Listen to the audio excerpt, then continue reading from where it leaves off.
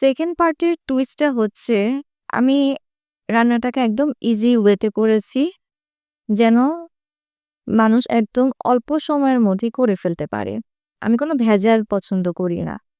তো যার জন্য আমি জাস্ট এই মাংসগুলো তুলে ফেলবো অ্যান্ড এই যে গ্রেভিটা, এই গ্রেভিটার মধ্যেই আমি পোলাওর চালটা আমি ধুয়ে রেখেছিলাম সেটা দিয়ে দিচ্ছি। তো টুইস্ট বলতে আমি জাস্ট এই জিনিসটাকেই টুইস্ট বললাম। কারণ অনেকেই আছে আপনার পোলাও আলাদা রান্না করে, দেন মাংসটাও আলাদা রান্না করে, দেন ২ টা একসাথে পরে মিক্সড আপ করে। বাট আমার এই জিনিসটা ভালো লাগেনি। তাই আমি এটা ফলো করে করলাম। অ্যান্ড হ্যাঁ, এই জিনিসটা আমার আম্মুর থেকেই শেখা আমার। আমার আম্মু অলওয়েজ যেভাবে আম্মুকে রান্না করতে দেখেছি, আমিও এটা সেম এভাবেই রান্না করলাম।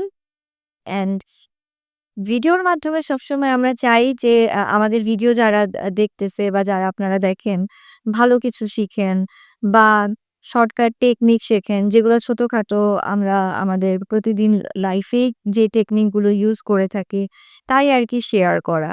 আদারওয়াইজ আমি জানি এখানে কোনো স্পেশালিটি কিছুই নেই। তাই না? সো আমার মোরগ পোলাও রেডি অ্যান্ড সাথে আমি ছোট আপনার জর্দার যে মিষ্টিগুলা সেগুলো আনতে বলছিলাম আমার আব্বুকে। তো আমার আব্বু নিয়ে আসলো অ্যান্ড আজকে পুরা আপনার ধুমধাড়াক্কা বিয়েবাড়ির মেনু। অনেক মজা হয়েছিল। সবাই প্রশংসা করেছে এবং আমার ভিডিও আপনাদের কেমন লাগলো অবশ্যই জানাবেন। আল্লাহ হাফেজ।